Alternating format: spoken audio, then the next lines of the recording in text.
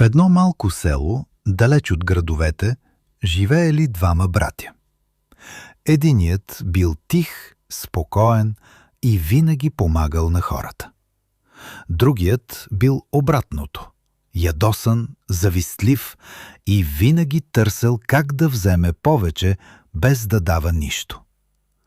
Хората често казвали: единият е добро, другият е зло. Но никой не знаел нещо странно. Двамата братя винаги сънували един и същ сън.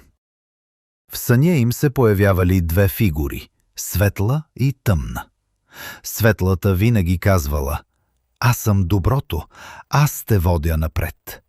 А тъмната отговаряла: без мен ти не би знаел какво е страх и какво е сила. Една нощ сънят се променил. Двете фигури се слели в една сива сянка и казали: вие ни разделяте, но ние винаги сме заедно. Във всеки човек има и двете. На сутринта братът, който бил добрият, за пръв път се ядосал истински, а лошият помогнал на човек, който паднал на пътя. И тогава разбрали нещо просто. Доброто и злото не са хора. Те са избори и всеки ден ги правиш ти.